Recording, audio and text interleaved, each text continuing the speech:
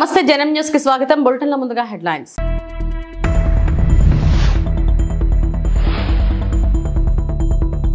వంద రోజుల పాలనలో మధ్యతరగతి ప్రజలపై ప్రత్యేక దృష్టి సారించాం. పురంధేశ్వరి. ప్రముఖ దేవాలయాల వద్ద భక్తులకు రిసార్ట్లు. ఏపీ మంత్రి కందుల దుర్గేష్.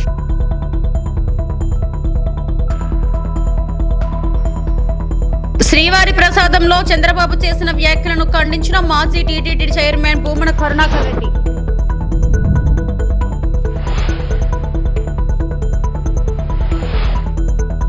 రాజమహేంద్రవరం కిసాన్ సమ్మాన్ నిధి కింద రైతులకు కేంద్రం పెట్టుబడి సాయం చేస్తుందని భాజపా ఏపీ అధ్యక్షురాలు పురంధేశ్వరి తెలిపారు.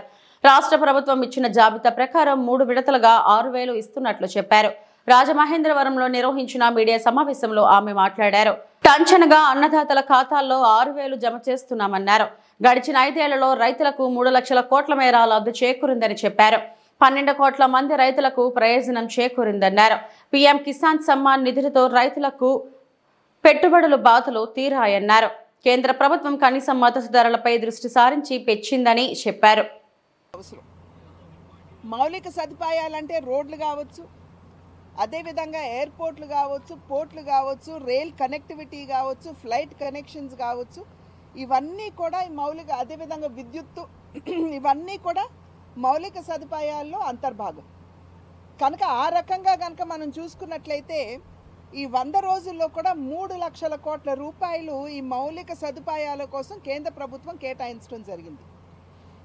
దానిలో భాగంగా ప్రధానమంత్రి గ్రామ్ సడక్ యోజన అటల్ బిహారీ వాజ్పేయి గారు ప్రారంభించారు. దేశంలో ఉన్నటువంటి గ్రామాలన్నింటినీ కూడా అనుసంధించాలి. ప్రత్యేకించి వ్యవసాయం అనేది మన గ్రామాల్లో జరుగుతుంది కాబట్టి రైతులకు కూడా ఇది అనువుగా ఉంటుంది అనేటువంటి ఆలోచనతోటి వారు ఆనాడు ప్రారంభించారు. దానికి ఈరోజు మళ్ళీ మధ్యలో ఒకంత అది కాస్త మందగించినప్పటికీ మళ్ళీ ఇప్పుడు ప్రధానమంత్రి gram Sadak Yojana 4th stage 4వ దశని ఇప్పుడు ప్రధాని గారు తీసుకుని 62,500 కిలోమీటర్ల రోడ్లు నిర్మాణం చేస్తూ 25,000 గ్రామాలు ఏవైతే ఇంకా కాస్త రోడ్లు సరిగ్గా లేవు, ఇంకా కొంచెం అనుసంధానానికి నోచుకోలేదు అనేటువంటి భావన ఎక్కడైతే ఉందో ఆ గ్రామాలన్నింటినీ కూడా అనుసంధించేటువంటి కార్యక్రమం ఇవాళ నరేంద్ర మోడీ గారి ప్రభుత్వం చేపట్టింది. అదేవిధంగా 50,600 కోట్ల రూపాయలని కేటాయించి నేషనల్ హైవేస్ కూడా, మధ్యలో నేషనల్ హైవేస్ చాలా ఎక్కువగా నిర్మాణం జరుగుతుంది. ఇంతకుముందు 2014వ సంవత్సరానికి ముందు కనుక మీరు చూసినట్లయితే రోజుకి 13 కిలోమీటర్ల రోడ్ల నిర్మాణం జరిగేది. కానీ నరేంద్ర మోడీ గారు ప్రధాని అయిన తర్వాత గడ్కరీ గారికి ఎప్పుడైతే బాధ్యతలు ఇచ్చారో రోజుకి ఇవాళ 28 నుండి 30 కిలోమీటర్ల రోడ్ల నిర్మాణం ఇవాళ దేశంలో జరుగుతుంది. అంటే ఎంత ఫాస్ట్గా, ఎంత త్వరితగతిన ఈ రోడ్ల నిర్మాణం జరుగుతుందో మనం అందరం కూడా గమనించాలి. ఇంతకుముందు విజయవాడ నుండి రాజమండ్రి రావాలంటే దగ్గర 4-5 గంటలు పట్టేది. కానీ ఇవాళ 2 గంటల్లో మనం ఇక్కడికి చేరుకోగలుగుతున్నాం. కనుక 50,600 కోట్ల రూపాయలు ఈ ఎన్హెచ్ నిర్మాణానికి అందివ్వటం జరిగింది. అదేవిధంగా రైల్వేస్ కనుక చూసుకున్నట్లయితే 8 కొత్త రైల్వే లైన్ ప్రాజెక్టులు దానికి మంజూరు చేయటం జరిగింది. దీని మాధ్యమంగా ఏమిటంటే కేవలం ఇది రైల్ రోడ్ నిర్మాణం మాత్రమే కాదండి, ఉపాధి హామీ కింద 4 ఏపీలో టెంపుల్ టూరిజాన్ని మరింత అభివృద్ధి చేస్తామని రాష్ట్ర పర్యాటక శాఖ మంత్రి కందుల దుర్గేష్ తెలిపారు. ఆధ్యాత్మిక కేంద్రాల్లో కొన్ని రోజుల పాటు ఉండేలా ఏర్పాట్లు చేస్తామని చెప్పారు. రాజమహేంద్రవరంలో నిర్వహించిన మీడియా సమావేశంలో ఆయన మాట్లాడారు. టెంపుల్ టూరిజం అభివృద్ధికి పెట్టుబడులను ఆహ్వానిస్తున్నట్లు తెలిపారు. తిరుపతి, గండికోటలో పెట్టుబడులకు ఒబేరాయ్ సంస్థను ఆకర్షించామన్నారు. ప్రముఖ దేవాలయాల వద్ద భక్తులకు రికార్డులు నిర్మిస్తాం. శ్రీశైలంలో ఎక్కువ టూరిజం అభివృద్ధికి చర్యలు తీసుకుంటాం. అరకు, లంబసింగిని అడ్వెంచర్ కేంద్రంగా మారుస్తాం. బొర్ర గుహలను మరింత ఆకర్షణీయంగా తీర్చిదిద్దుతాం. రుషికొండ, బ్లూపార్క్ బీచ్ లో వాటర్ స్పోర్ట్స్ అభివృద్ధి చేస్తామని దుర్గేష్ తెలిపారు. అదేవిధంగా ఒక మెగా టూరిజం ప్రాజెక్ట్ని అమరావతిలో ఏర్పాటు చేసుకోవడానికి మేము అన్ని రకాలుగా కూడా ప్రణాళికలు సిద్ధం చేస్తూ ఉన్నాం. వీటిని అక్టోబర్ 15వ తారీఖు కల్లా కేంద్ర ప్రభుత్వానికి అందించి కేంద్ర ప్రభుత్వం ద్వారా ఆమోదం తీసుకుని వెంటనే పనిలోకి దిగడం జరుగుతుంది. ఇందులో ప్రధానంగా మీకు 4 డెస్టినేషన్స్ మనం ఆంధ్రప్రదేశ్లో ఫైనలైజ్ చేసాం. దీనికి మొత్తంగా 250 కోట్ల రూపాయలు, అంటే ఒక్కొక్క ప్రాజెక్టు 100 కోట్లకి పెంచకుండా ఉండాలి. 250 కోట్ల రూపాయలు కేటాయించడానికి దీనికి ప్రత్యేకమైనటువంటి scheme for special assistance to states for capital investment, sassy అంటారు దాన్ని. సాసీ ద్వారా ఇవ్వడానికి కేంద్ర ప్రభుత్వం ముందుకు వచ్చింది. దానికి సంబంధించి 4 డెస్టినేషన్స్ మనం రెడీ చేసాం. ఐకానిక్ టూరిస్ట్ సెంటర్స్, ఒకటి శ్రీశైలం నంద్యాల శ్రీశైలంలో ఉన్నటువంటి టెంపుల్ టూరిజంతో పాటు అక్కడ ఉన్నటువంటి టైగర్ రిజర్వ్, మన పుల్లు రిజర్వ్ ఉంది అది, దాంతోపాటు అక్కడ ఉన్నటువంటి వాటర్ ఫాల్స్ ఇవన్నీ కలుపుకుని ఒక సర్క్యూట్గా తయారు చేసి అదొక ఐకానిక్ టూరిస్ట్ ప్లేస్గా తయారు చేయడానికి ఒక ప్రతిపాదన చేస్తూ ఉన్నాం. దాంతోపాటు అఖండ గోదావరి పేరుతోటి మన ప్రాంతమైనటువంటి ఈ తూర్పుగోదావరి జిల్లా, కాకినాడ జిల్లా, అదేవిధంగా కోనసీమ జిల్లా, దాంతోపాటు పక్కన ఉన్నటువంటి మన పశ్చిమ గోదావరి జిల్లాలో కొన్ని ప్రాంతాలు కలుపుకుని అఖండ గోదావరిగా అదొక ఐకానిక్ టూరిస్ట్ ప్రాంతంగా తయారు చేయడానికి ఈ స్కీమ్ కింద, సాసీ స్కీమ్ కింద, దాంతోపాటు సూర్యలంక బీచ్ కారిడార్, బాపట్ల ప్రాంతంలో ఉన్నటువంటి సూర్యలంక బీచ్ కారిడార్ని డెవలప్ చేయడానికి, చాలా అద్భుతమైనటువంటి బీచ్ కారిడార్ ఉన్నటువంటి ప్రాంతం బాపట్లలో సూర్యలంక పేరుతో ఉంది. దాన్ని అభివృద్ధి చేసి అక్కడ రిసార్ట్స్ నిర్మించి దాని ద్వారా ఆ కారిడార్ని కూడా డెవలప్ చేయాలని అదొక 3వది.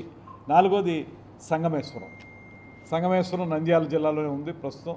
ఆ సంగమేశ్వరాన్ని కూడా టూరిజం స్పాట్గా డెవలప్ చేయాలనేటువంటి ఆలోచన. టోటల్ అసిస్టెన్స్ ఈచ్ స్టేట్కి ఈ స్కీమ్, సాసీ స్కీమ్ కింద 250 కోట్లు ఇస్తుంది కేంద్ర ప్రభుత్వం. అయితే దీన్ని ఈచ్ ప్రాజెక్టు 100 కోట్లు పెంచకూడదన్నారు.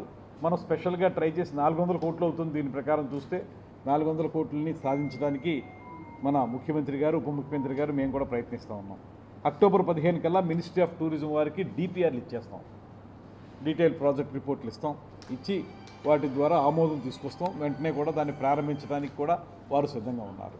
ఇక్కడ మనం చేస్తున్నది ఏంటంటే, ఇప్పుడు ప్రధానంగా మనం చేస్తున్నటువంటి కార్యక్రమం శ్రీశైలమే తీసుకుంటే మీరు ఇప్పటి వరకు మనకు ఉన్నది ఏంటంటే, అక్కడికి వెళ్ళటం, భ్రమరాంబ మల్లికార్జున స్వామిని దర్శనం చేసుకోవటం, వీలుంటే ఒక పూట ఆ సత్రాల్లో ఉండటం, తిరిగి వచ్చేయటం. తిరుమల శ్రీవారి ప్రసాదం విషయంలో చంద్రబాబు చేస్తున్న ఆరోపణలను టీటీడీ మాజీ చైర్మన్ భూమన కరుణాకర్ రెడ్డి ఖండించారు. తిరుమల శ్రీవారి ప్రసాదాల గురించి విష ప్రచారం చేస్తే స్వామివారే వారికి శిక్ష విధిస్తారంటూ మాట్లాడారు. తాజాగా భూమన మీడియాతో మాట్లాడుతూ చంద్రబాబు నాయుడు నీచ రాజకీయాలకు ఇది పరాకాష్ట. తిరుమల శ్రీవారి ప్రసాదం గురించి విష ప్రచారం చేస్తే స్వామివారే వారికి శిక్ష విధిస్తారు. కోట్లాది మంది హిందువుల మనోభావాలకు సంబంధించిన అంశంపై ఇలాంటి విష ప్రచారం తగదు. పరమ పవిత్రమైన లడ్డు ప్రసాదం తయారీకి శ్రీ వైష్ణవులు ఎంతో శుద్ధిగా వాటిని తయారు చేస్తారు. లడ్డు ప్రసాదం తయారీకి ప్రత్యేకమైన దిట్టం ఉంది. దాని ప్రకారమే ప్రసాదాలు తయారవుతాయి. వీటిలో ఎవరి జోక్యం ఉండదు అని తెలియజేశారు. వైఎస్ఆర్ కాంగ్రెస్ పార్టీ మీద జగన్మోహన్ రెడ్డి గారి ప్రభుత్వం, గత ప్రభుత్వం మీద దాడి చేయటానికి స్వామి లడ్డూలో జంతువుల కొవ్వును ఉపయోగించినారు అనేటువంటి ఒక నీచమైనటువంటి ప్రయోగాన్ని నిన్న వాడినారు. ఎంత అనైతికము, ఎంత దుర్మార్గము, ఎంత అపచారము అంటే ఇంతకంటే అన్యాయమైనటువంటి విషయం మరొకటి లేదు. అక్కడ శ్రీ వైష్ణవులైనటువంటి సద్బ్రాహ్మణుల అమృత హస్తాలతోనే ఆ స్వామి లడ్డు తయారీ కొన్ని వందల సంవత్సరాలుగా, ఆ రకంగా చెప్పాలంటే అన్నప్రసాదాలు అయితే కొన్ని వేల సంవత్సరాలుగా తయారు కాబడుతున్నాయి. దానికి సంబంధించినటువంటి దిట్టం ఇవన్నీ కూడా పాలక మండళ్ళు నిర్ణయించేటువంటి విషయం కాదు, అధికారులు నిర్ణయించేటువంటి విషయం కాదు. ఇది తరతరాలుగా సాంప్రదాయబద్ధంగా నాణ్యమైనటువంటి పదార్థాలతో అవి తయారు కావాలనేటువంటి నిర్ణయము ఉన్నది, దాన్ని అమలుపరిచేటువంటి సిస్టము ఉన్నది. దానికి తోడు పోర్టులో పనిచేసేటువంటి వాళ్ళు అలాంటిదేదైనా జరిగితే తీవ్రమైనటువంటి అభ్యంతరం పెట్టేటువంటి అవకాశం ఉన్నది, వాళ్లకు ఆ హక్కు కూడా ఉన్నది. గతంలో చంద్రబాబు నాయుడు గారు ముఖ్యమంత్రిగా ఉండినప్పుడు 1995-2003 మధ్యకాలంలో చంద్రబాబు గారికి గుర్తు ఉండి ఉంటే, చంద్రబాబును అనుసరించేటువంటి వాళ్లకు గుర్తు ఉండి ఉంటే పోర్టు కార్మికులు పోర్టు నుంచి బయటికి వచ్చి అనేక సందర్భాలలో నిరసన దీక్షలు చేసినటువంటి విషయాన్ని ఈ సందర్భంగా గుర్తు చేస్తున్నా. ఇంత సిస్టంతో వ్యవహరించేటువంటి ఆలయ మొత్తం మీద అడ్మినిస్ట్రేషన్కు సంబంధించి ఆలయ అధికారులకు లేకపోతే బోర్డుకు హక్కులున్నాయేమో కానీ వెంకటేశ్వర స్వామికి సంబంధించిన ప్రసాదాలు, లడ్డు, వడలు, దోశలు, లేకపోతే అన్నప్రసాదాలు, వీటిలో లేకపోతే శాంక్టోరియంలో జరిగేటువంటి ఆచార వ్యవహారాలలో వీటిలకు సంబంధించి కించిత్తు కూడా వీళ్లకు ఏ రకమైనటువంటి హక్కులు లేవు, అధికారాలు అంతకంటే లేవు. చంద్రబాబు నాయుడు గారి సమయంలో ఈ లడ్డూలకు సంబంధించి ఎవరైతే నెయ్యి, ఇతర అన్నానికి సంబంధించినటువంటి ముడి సరుకులు ఏవైతే ఉన్నాయో అవి సరఫరా చేస్తున్నారో వాళ్లే ఇప్పుడు కూడా సరఫరా చేస్తున్నారు.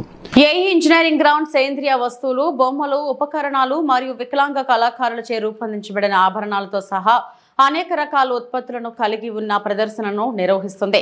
ఈవెంట్ ప్రారంభోత్సవం దివ్య కళా మేళా గురువారం గవర్నర్ అబ్దుల్ నజీర్ మరియు కేంద్ర మంత్రి వీరేంద్ర కుమార్ చేతుల మీదుగా జరగనుంది. ఇది ఆంధ్రప్రదేశ్లో దివ్య కళా మేళా ప్రారంభం ఎడిషన్ను సూచిస్తుంది. విశాఖపట్నంలో జరిగే ఈ కార్యక్రమం రాష్ట్రంలోని తొలిసారిగా నిర్వహించబడుతుంది మరియు 100 స్టాల్స్ను ఏర్పాటు చేయడం ద్వారా 20 వివిధ రాష్ట్రాల నుండి పాల్గొనే వారి ప్రతిభను ప్రదర్శిస్తుంది. జిల్లా అధికారులు పాల్గొనే కళాకారులకు కాంప్లిమెంటరీ వసతి మరియు ప్రయాణ ఏర్పాట్లు అందిస్తారు. వికలాంగ కళాకారుల సాంస్కృతిక ప్రదర్శనల అనంతరం జాతర ముగింపు వేడుకలను సెప్టెంబర్ 29న నిర్వహించనున్నట్లు జిల్లా కలెక్టర్ విశాఖపట్నం ఎం హరేంద్ర ప్రసాద్ ధృవీకరించారు. డిఫరెంట్ స్టేట్స్లో కండక్ట్ చేయడం జరుగుతుంది. విశాఖపట్నంలో రేపటి నుంచి అంటే 19వ తారీఖు నుంచి 29వ తారీఖు దాకా 11 రోజులు ఈ ఫెస్టివల్ అంటే దివ్యాంగజన్ మేళా అనేది చేపట్టడం జరుగుతుంది. దీంట్లో వివిధ యాక్టివిటీస్ మనము కండక్ట్ చేయడం జరుగుతుంది. ఈ మేళాలో కల్చరల్ యాక్టివిటీస్ ఉంటాయి. అదేవిధంగా దివ్యాంగజన్స్ ఒక స్టాల్స్ ఉంటాయి. దాదాపు 70 నుంచి 100 దాకా స్టాల్స్ ఉంటాయి. దాదాపు 20 రాష్ట్రాల నుంచి దివ్యాంగజన్స్ సంబంధించిన ఆర్టిస్ట్, స్కల్ప్టర్స్, వివిధ క్రాఫ్ట్స్మెన్ స్టాల్స్ ఏర్పాటు చేయబోతున్నారు. ఆ స్టాల్స్లో వాళ్ళొక ఐటమ్స్ని డిస్ప్లే చేయడం, సేల్ చేయడం జరుగుతుంది. అంతేకాకుండా ఫుడ్ స్టాల్స్ ఉంటాయి, కిడ్స్ ప్లే ఏరియా ఉంటాయి, ఈవినింగ్ కల్చరల్స్ ఈవెంట్ కూడా జరుగుతుంది.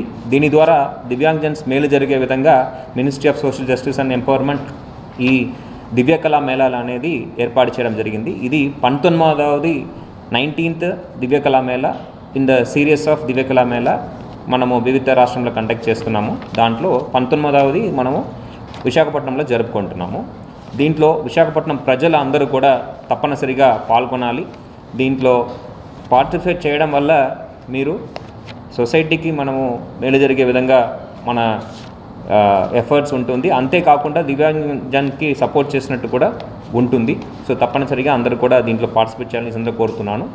ఈ ప్రారంభోత్సవంలో మనకు గవర్నర్ వర్యులు, అదేవిధంగా కేంద్ర మంత్రివర్యులు డాక్టర్ వీరేంద్ర కుమార్ గారు కూడా పార్టిసిపేట్ చేయడం జరుగుతుంది. సో దీని ద్వారా పత్రికా సోదరుల ద్వారా అందరికీ తెలియచేయడం ఏంటంటే విశాఖపట్నం ప్రజలందరూ కూడా యంగ్స్టర్స్ కావచ్చు, కిడ్స్ కావచ్చు, ఇంకా అడల్ట్స్ కావచ్చు, ఎవరైనా ఈ exhibition cum sale cum cultural ఫెస్టివల్లో పార్టిసిపేట్ చేయాలని ఈ సందర్భంగా అందరినీ కోరుతున్నాను. Thank you. ఏలూరు ప్రజలకు జవాబుదారీగా పనిచేసేందుకు సిద్ధంగా ఉన్నామని ఆంధ్రప్రదేశ్ డీజీపీ ద్వారకా తిరుమలరావు తెలిపారు. ఏలూరులో మాట్లాడుతూ పోలీసుల సంక్షేమం కోసం కొన్ని కార్యక్రమాలు చేపట్టామని, పోలీస్ క్యాంటీన్ల వర్కింగ్ క్యాపిటల్ కింద 4,07,00,000 రూపాయలు ఇచ్చినట్లు తెలిపారు. క్రైమ్ ఎలా జరుగుతుంది, వాటి తీరుతెన్ను డిటెక్షన్ ఎట్లా ఉంది, కన్వెన్షనల్ క్రైమ్ అయినటువంటి ప్రాపర్టీ క్రైమ్ ఎట్లా ఉంది, అయితే మర్డర్స్, మహిళలపైన జరుగుతున్న నేరాలు అయితేనేమి, ఎస్సీ ఎస్టీలపై జరుగుతున్నటువంటి నేరాలు అయితే అన్నీ కూడా సమీక్షించడం, అదేవిధంగా సైబర్ క్రైమ్ యొక్క తీరుతెన్ను ఎలా ఉంది, సైబర్ ఫ్రాడ్స్ అవి జరుగుతూ ఉన్నాయి, అది ఎట్లా ఉంది అనే విషయం అయితేనేమి, దాంతోపాటు శాంతి భద్రతకు సంబంధించిన విషయాలు, లా అండ్ ఆర్డర్ ఇష్యూస్ ఏం జరుగుతున్నాయి అని అన్నీ కూడా రివ్యూ చేయడం జరిగింది. అదేవిధంగా ఈ మధ్య వరదల సందర్భంగా పోలీసు వాళ్ళు చేసినటువంటి సేవలు అయితేనేమి, యాక్చువల్గా కానీ చేసినటువంటి డ్రోన్స్ వినియోగం ఎలా ఉంది, ఇన్ని కూడా సమీక్షించడం జరిగింది. సైబర్ క్రైమ్ పెరుగుతున్నమాట వాస్తవం.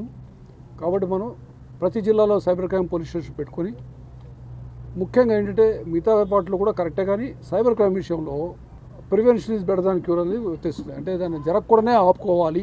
సో దాని పట్ల ఎక్కువ అవగాహన కార్యక్రమాలు పెట్టాలి. మనం ఇంకా రోడ్ యాక్సిడెంట్లు అయితే గోల్డెన్ అవర్లో చెప్తే కనుక మనం ప్రాణాలని కాపాడుతామని చెప్తాము. అదేవిధంగా సైబర్ క్రైమ్ విషయంలో ఆ విధంగా కాపాడాల్సిన అవసరం ఉంది. కాబట్టి సైబర్ క్రైమ్ విషయాల పట్ల అవగాహన కార్యక్రమాలు విస్తృతంగా ప్రజల్లోకి తెలియజేట్టుగా తెలియజేయటం, అదేవిధంగా సైబర్ క్రైమ్ పోలీస్ స్టేషన్ ఏర్పాటు చేయాలని చెప్పి అడిగినప్పుడు సీఎం గారు స్పందించి ప్రతి జిల్లాలో సైబర్ క్రైమ్ పోలీస్ స్టేషన్ పెడతాము, మీరు ప్రపోజల్ పెట్టుకోండి అని చెప్పారు. దాని ప్రపోజల్ పంపించాం. వైద్యం కోసం వస్తే లైంగిక వేధింపులు. పిల్లలు పుట్టాలంటే నీ భర్తతో కాదు నా ఫ్రెండ్స్తో గడుపు, 3 నెలల్లో పిల్లలు పుడతారని లైంగిక వేధింపు.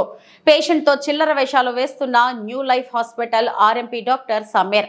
నాగర్ కర్నూలు జిల్లా కేంద్రంలో దారుణం చోటు చేసుకుంది. జ్వరం వచ్చిందని ఒక మహిళ నాగర్ కర్నూలులోని న్యూ లైఫ్ హాస్పిటల్కి వెళ్ళగా అక్కడ డాక్టర్గా చలామణి అవుతున్న ఆర్ఎంపీ సమీర్ ఆ అమ్మాయితో మాట్లాడుతూ జ్వరం గురించి తర్వాత మాట్లాడదాం, నీకు ఎంతమంది పిల్లలు అని అడగగా సదరు అమ్మాయి నాకు ఇంకా పిల్లలు కాలేదండి, 7 సంవత్సరాలు అయింది పెళ్ళయ్యని చెప్పింది. ఈ మాటలకు సమీర్ నీ భర్త వల్ల నీకు పిల్లలు కారు, కానీ నీకు పిల్లలు కావాలంటే నేను 3 నెలల్లో నీకు పిల్లలు అయ్యేలా చేస్తాను అన్నాడు అని మహిళ తెలిపింది.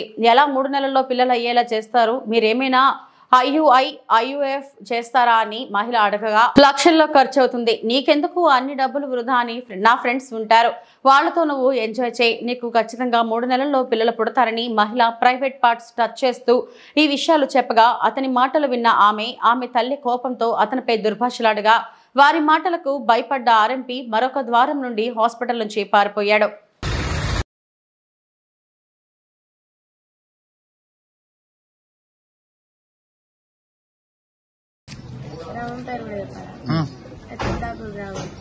నేను యూలాస్ పాలిక్లినిక్కి ఫీవర్ కోసం చూపిస్తున్నామని పోయినా. అయితే ఆయన మెడిసిన్స్ రాయకుండానే ఫస్ట్ నీకు ఎంతమంది పిల్లలని అడిగింది. అయితే 7 ఎవరు లేరు అంటే ఎన్ని ఇయర్స్ అవుతుందంటే 7 ఇయర్స్ అవుతుందని చెప్పింది. 7 ఇయర్స్ అవుతుందంటే ఎందుకు అని అంటే కొంచెం హెల్త్ ప్రాబ్లమ్స్ ఉన్నాయని చెప్పిన. అయితే ఇట్లా ఇక్కడ మా హాస్పిటల్లో చాలా మందికి అయ్యారు అని చెప్పింది. ఎట్లా సరే అంటే మెడిసిన్ ద్వారానా అంటే కాదు అనండి. అయితే IVF లేదా IUI చేస్తారా అని అంటే కాదండి. IVF IUI అయితేనేమో స్పాన్ డొనేట్ చేస్తారు, వేరే వాళ్ళు స్పాన్ ఇస్తారు, దానివల్ల మీకు లక్షలు ఖర్చులు అవుతాయి. మా హాస్పిటల్లో అయితే 3 monthsలో నేను మీకు కన్సీవ్ అయ్యేటట్టు చేసా అంటే ఫ్రీగా చేసామన్నట్టు. అయితే ఎట్లా చేస్తారు అని మేము గట్టిగా అడిగేసరికి మా ఫ్రెండ్స్ వస్తారు, ఇక్కడ మీరు ఫిక్స్ చేయండి, వాళ్ళతో మంచిగా ఉండండి, 3 monthsలో మీకు కన్సీవ్ అవుతుంది అని చెప్పింది. ప్రైవేట్ కార్డ్స్ అన్ని టచ్ చేస్తున్నాడు ఆయన. ఏం పేరు అమ్మాయి పేరు? సమీర్. ఎక్కడ? నాగర్ కర్నూలు. మీ మమ్మీని దొరుకుతుండ్రా, మీ భర్తతోటి గారు అని చెప్పేసి మీ హస్బెండ్ ముంగట చెప్పిండా? మా హస్బెండ్ లేకుండే మా అల్లుడు మీ దగ్గరే ఉన్నాడు. ఇద్దరం ఉన్నాము, ఇద్దరు మొక్క ముందరనే చెప్పేసి ఇంకేంది కదే నాకు హస్బెండ్ కొంచెం కాలు తక్కువ కదా, పిల్లలు ఉంటారు, మా ఫ్రెండ్స్ చేపిస్తా వాళ్ళ ద్వారా ఇద్దరు వచ్చి తిరుమలకు వచ్చిన యాత్రికుల వద్ద ఉన్న విలువైన బంగారు నగలు మరియు డబ్బులు దొంగిలించే 2 మహిళా దొంగలను తిరుపతి క్రైమ్ పోలీసులు అరెస్టు చేశారు. వారి వద్ద నుండి సుమారు 7 లక్షల విలువ కలిగిన 70 గ్రాముల బంగారు నగలు, 3 సెల్ ఫోన్లు, నగదు స్వాధీనం చేసుకున్నారు. తిరుపతి క్రైమ్ పోలీస్ స్టేషన్లో గురువారం ఏర్పాటు చేసిన విలేకరుల సమావేశంలో దొంగలను వారి వద్ద నుండి స్వాధీనం చేసుకున్న నగదును, సెల్ ఫోన్లను మీడియా ముందు ఉంచారు. ఇందుకు సంబంధించిన పూర్తి వివరాలను క్రైమ్ అడిషనల్ ఎస్పీ నాగభూషణంరావు మీడియాకు వెల్లడించారు.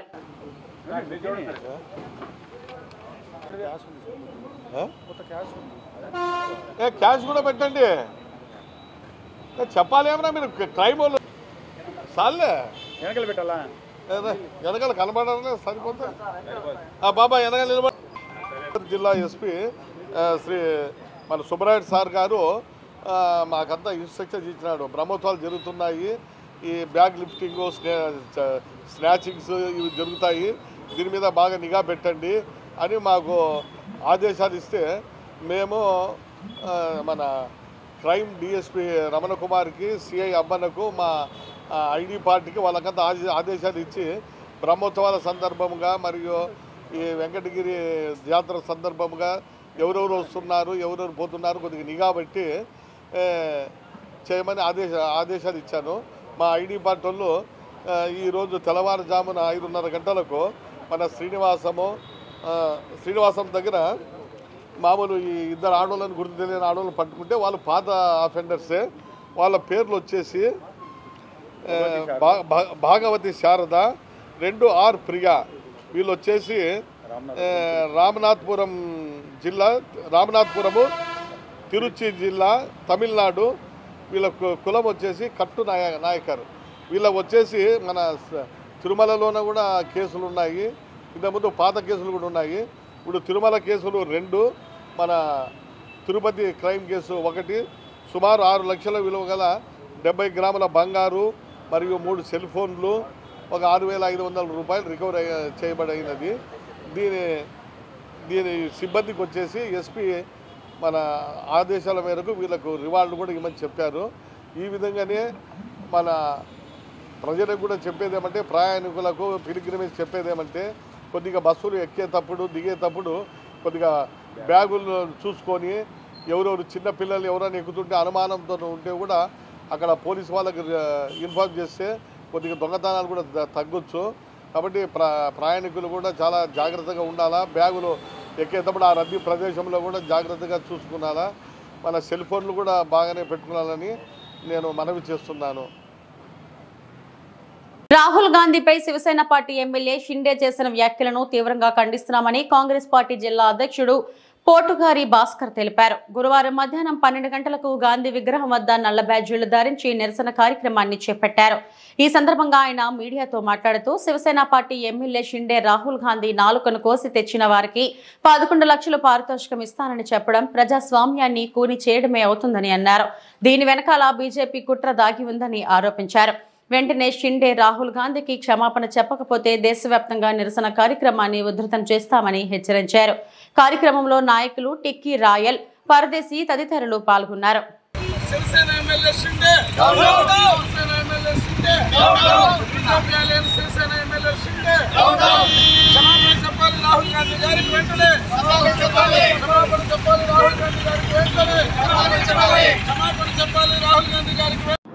ఈరోజు ఇక్కడ చిత్తూరు నగరంలో చిత్తూరు జిల్లా కాంగ్రెస్ పార్టీ ఆధ్వర్యంలో నిరసన తెలియజేయడానికి కారణం ఏమంటే, మహారాష్ట్రలో శివసేన షిండే వర్గానికి చెందిన ఒక ఎమ్మెల్యే రాహుల్ గాంధీ గారిని నాలుక కోసి తెచ్చిన వాళ్ళకి 11 లక్షల రూపాయలు పారితోషికం ఇస్తానని చెప్పి తీవ్రమైన పదజాలం వాడాడు. అతని వెనక ఉన్న బీజేపీ షిండే వర్గ శివసేనకి ఇద్దరికి కూడా హెచ్చరిస్తా చెప్తా ఉన్నాం. వాళ్ళు రాహుల్ గాంధీ గారి మాట్లాడే విధానాన్ని, పార్లమెంట్లో ఆయన లేవనెత్తుతున్న సమస్యల్ని, ఆయన మాట్లాడుతున్న వీళ్ళని తట్టుకోలేకుండా ఆయన మాట్లాడుతున్న విధానాన్ని వీళ్ళు తట్టుకోలేక, ఆయనకు సమాధానం చెప్పలేక, దేశ ప్రజల కోసం ఆయన పోరాడుతున్న విధానం వీళ్ళకి నచ్చలేక వెనక భారతీయ జనతా పార్టీ ఉంది. శివసేన పార్టీనే కాదు, ఈ భారతీయ జనతా పార్టీ ఉద్దేశం ఏంటంటే ప్రజాస్వామ్యాన్ని మళ్ళీ రాజ్యాంగాన్ని తిరగరాయాలనేటువంటి ధోరణితోనే వారు ఇలాంటి వ్యాఖ్యలు ఇలాంటివన్నీ కూడా ప్రోత్సహిస్తూ ఉన్నారు. వారితో అంటగాగేటువంటి మన రాష్ట్రంలో ఇటు తెలుగుదేశం పార్టీ అయితేనేమి, జనసేన పార్టీ అయితేనేమి, వీరు కూడా ముఖ్యంగా వారి విధి విధానాలను వ్యతిరేకించాలి. అంటే మీరు అలయన్స్లో ఉన్నంత మాత్రాన ప్రజాస్వామ్యాన్ని కూని చేసే విధంగా బీజేపీ ప్రభుత్వం వ్యవహరిస్తూ ఉంటే మీరు ప్రశ్నించలేరా? ఇదేనా మీరు మిమ్మల్ని ఎన్నుకున్నటువంటి ప్రజలకు ఇచ్చేటువంటి భరోసా? ప్రజాస్వామ్యం కూని అవుతూ ఉంటే మీరు పొత్తుల ప్రభుత్వంతో ఎంజాయ్ చేస్తూ ఉన్నారా? తెలుగుదేశం జనసేన ప్రభుత్వం అలయన్స్ పార్టీలకు నేను సూటిగా ప్రశ్నిస్తూ ఉన్నాను. మీరు కానీ ఇదే ధోరణి బీజేపీ కొనసాగిస్తూ ఉంటే, ప్రశ్నించలేకపోతే మిమ్మల్ని ఎన్నుకున్నటువంటి ప్రజలు మిమ్మల్ని చీత్కరించి మిమ్మల్ని కూడా ఇంటికి పంపి సాగనంపే రోజులు దగ్గర పడ్డాయనేసి గుర్తు చేస్తూ ఉన్నాం కాంగ్రెస్ పార్టీ తరఫున. అంటే రాహుల్ గాంధీ గారు ప్రేమపూర్వకమైనటువంటి భారతదేశానికే ప్రియమైనటువంటి నాయకుడు. పేద ప్రజలు ఆయన్ని కోరుకునేవాళ్ళు. ముమ్మాటికి కాంగ్రెస్ పార్టీ అంటే పేదల పార్టీ. ఇప్పుడున్నటువంటి ఈ బీజేపీ ప్రభుత్వం ధనికులను అత్యంత ధనికులను చేసే దాంట్లో తలమునకలైంది. తద్వారా వారి నుంచి మళ్ళీ ఈ పార్టీని కాపాడుకునే పనిలో వాళ్ళు ఉన్నారు. పారిశ్రామికవేత్తలను ప్రోత్సహిస్తూ ఉన్నారు, బడా పారిశ్రామికవేత్తలను. ఈ విధంగా మన పేద ప్రజలను పట్టించుకునే పాపాన పోలేదు. పైగా వారు ఏం చేసినా చెల్లాలనే విధంగా ఇప్పుడు కొన్ని అన్నమయ్య జిల్లా చిట్వేలి మండలం ఏనగొల్లపల్లి గ్రామంలో గంజాయి సాగు జరుపుతున్న వ్యక్తిని అన్నమయ్య జిల్లా ఎస్పీ ఆదేశాల మేరకు రాజంపేట ఎస్డిపిఓ మరియు రైల్వే కోడూరు సిఐ తమ సిబ్బందితో అప్రమత్తంగా ఉన్నారు. సెర్చ్ ఆపరేషన్ నిర్వహించారు. అందులో భాగంగా గొల్లపల్లి గ్రామం మలుపు వద్ద ఒక వ్యక్తి తన చేతిలో తెల్లటి సంచితో నిలబడి ఉండి పోలీసు వారు రాకను చూసి పారిపోతుండగా అతనిని పట్టుకొని పోలీస్ సిబ్బంది ఆ సంచిలో ఏముందని చూపమని అడగ్గా అందులో గంజాయి ప్యాకెట్లు ఉన్నాయి. వాటి విలువ సుమారు 16,250 రూపాయలు ఉంటుంది. దీనిని పంచాయతీ అధికారుల సమక్షంలో స్వాధీనపరచుకోవడం జరిగింది. అలాగే అతని తోట పక్కన దాచి ఉన్న గంజాయి మొక్కలను ప్రభుత్వం స్వాధీనం పరచుకోవడం జరిగింది. ఈ వ్యక్తిని అరెస్టు చేశారు. గొల్లపల్లి క్రాస్ దగ్గర ఒక అనుమానాస్పదంగా తన చేతిలో కవర్లు పెట్టుకుని ఉన్న వ్యక్తిని గుర్తించి అతని దగ్గర సోదా చేయగా సుమారుగా ఒక 10 ప్యాకెట్లు గంజాయి ప్యాకెట్లు దొరకడం జరిగింది. అతన్ని విచారణ చేస్తే అతని ఊరు నగిరిపాడు గొల్లపల్లి అని, తన పేరు గంధం ప్రసాద్ అని చెప్పి తెలియజేయడం జరిగింది. ఆ ప్యాకెట్స్లో వెరిఫై చేయగా సుమారు ఒక్కోటి 15 గ్రాముల దాకా ఉన్నాయి. వీటిని ఏం చేస్తున్నామంటే అతను ఒక పొట్లాన్ని 200 రూపాయలకు అమ్మడం జరుగుతూ ఉంది. మరియు ఇది ఎక్కడి నుంచి వస్తుందని చెప్పి అసలు ప్రశ్నిస్తే అతను తనకున్నటువంటి ఒక మామిడి తోట పొలం, 32 సెంట్ల పొలం ఉంది తన ఊర్లోనే. ఆ పొలంలో గతంలో 20 సంవత్సరాల నుంచి ఇతనికి గంజాయిని సేవించేటువంటి అలవాటు ఉంది. అతను ఆ దాంట్లోనే కొన్ని మొక్కలు వేసుకొని పెంపకం చేస్తూ తాగేవాడు. తర్వాత క్రమేణా సుమారు 1 సంవత్సరాల నుంచి దీన్ని మళ్ళీ అమ్మకానికి కూడా అతను బయట ఎండబెట్టి ప్యాకింగ్ చేసి మరి బయట యువకులకు అమ్మడం జరుగుతూ ఉంది. బయట నుంచి కూడా చాలా మంది యువకులు వచ్చి అతని దగ్గర తీసుకొని పోతా ఉన్నారు. ఈ క్రమంలో అతన్ని అక్కడ ఉన్నటువంటి తోటలో పెంచినటువంటి మొక్కలను, అతని దగ్గర ఉన్నటువంటి ప్యాకెట్స్ను అన్ని సుమారుగా అన్నింటినీ ఎంఆర్ఓ గారి డిప్యూటీ ఎంఆర్ఓ గారి సమక్షంలో సీజ్ చేయడం జరిగింది. సుమారుగా 650 గ్రాముల గంజాయి క్వాంటిటీ మనకు అతని దగ్గర లభ్యమైంది. అతన్ని ఈరోజు రిమాండ్కి పంపిస్తా ఉన్నాం. మరియు అతని దగ్గర తీసుకొని పోయినటువంటి యువకులను కూడా కొంతమందిని గుర్తించి వాళ్ళ పేరెంట్స్ని కూడా పిలిపించి గట్టిగా కౌన్సిలింగ్ చేయడం జరిగింది. వాళ్ళను కూడా మా ఎస్పీ సార్ యొక్క ఆదేశాల మేరకు డిఅడిక్షన్ సెంటర్ కూడా వాళ్ళని పంపించడం జరుగుతూ ఉంది. వాళ్ళే కాకుండా ఇంకా కొంతమంది యువకులను కూడా గుర్తించడం జరిగింది. అందరినీ కూడా ఖచ్చితంగా తీసుకొచ్చి వాళ్ళకు తగిన కౌన్సిలింగ్ ఇవ్వడం అనేది జరుగుతుంది. కాబట్టి ముఖ్యంగా తల్లిదండ్రులందరూ తెలియజేసేది ఏమంటే ఇది ఒక పెద్ద చెడు అలవాటు. కానీ మీ పిల్లలు ఏం చేస్తున్నారు, ఎక్కడికి పోతున్నారు అనేది ఒకసారి గమనించి దీని మీద జాగ్రత్తలు తీసుకుంటే తప్ప వాళ్ళు ఒక నేర వృత్తిలోకి జారిపోయే ప్రమాదం ఉంది. కాబట్టి తల్లిదండ్రులందరికీ కూడా పదే పోలీసు శాఖ తరఫున కూడా మేము విజ్ఞప్తి చేస్తా ఉన్నాం ఈ విషయంలో జాగ్రత్తగా ఉండాలని. అలాంటి సమాచారం ఏదన్నా ఉన్నా కూడా మాకు తెలియజేస్తే వాళ్ళ వివరాలు గోప్యంగా ఉంచుతూ ఖచ్చితంగా ఎవరైతే బాధ్యులు ఈ కార్యక్రమాలు చేస్తూ ఉన్నారో వాళ్ళ మీద చర్యలు తీసుకుంటాం. మరియు ఇంకా ముఖ్యంగా ఏమంటే ఇతని యొక్క పొలాన్ని కూడా మేము ఇప్పుడు గవర్నమెంట్ అటాచ్మెంట్ చేయడం కోసం కూడా రెడీ చేయడం అనేది జరుగుతుంది. కాబట్టి ఇలాంటి ఈ పంటల సాగు చేయడం కానీ ఇలాంటివి చేస్తే. Welcome to VVB9 news. Telangana రాష్ట్ర సిపిఎం అనుబంధ రైతు సంఘం ఈ రోజు నాగార్జున ఎడమ కాలువకు పడిన గండిని పరిశీలించడం జరిగింది.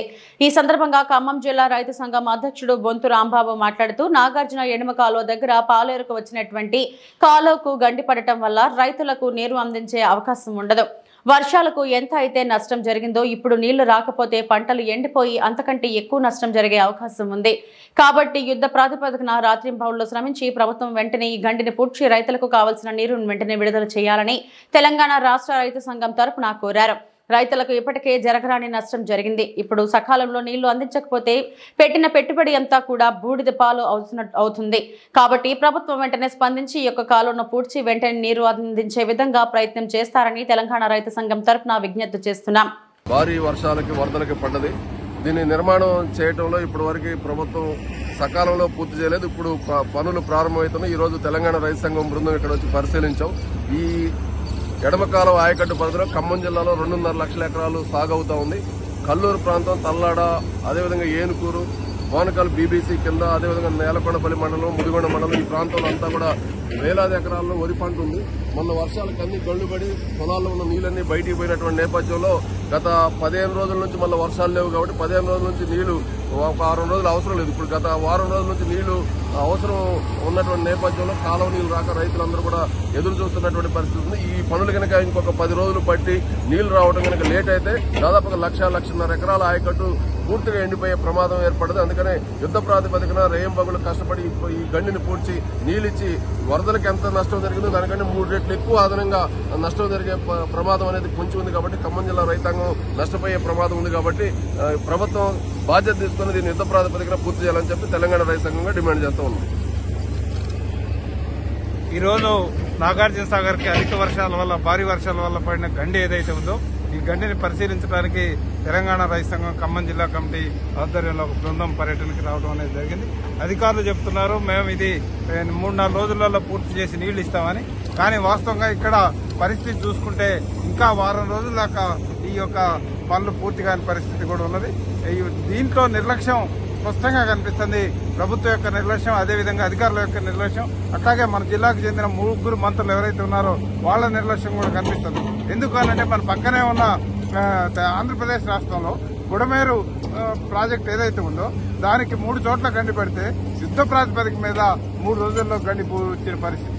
కానీ ఇక్కడ పడిన గండిని మాత్రం ఇప్పటికి 15 రోజులైంది వర్షాలు పోయి ఈ గండిని మాత్రం ఈ పూర్చట్లేదు. రెండో వైపు ఇటువైపు కనీసం మంత్రులుగా. ఇవి ఇప్పటి వరకు నా బులెటిన్ అప్డేట్స్. నమస్తే.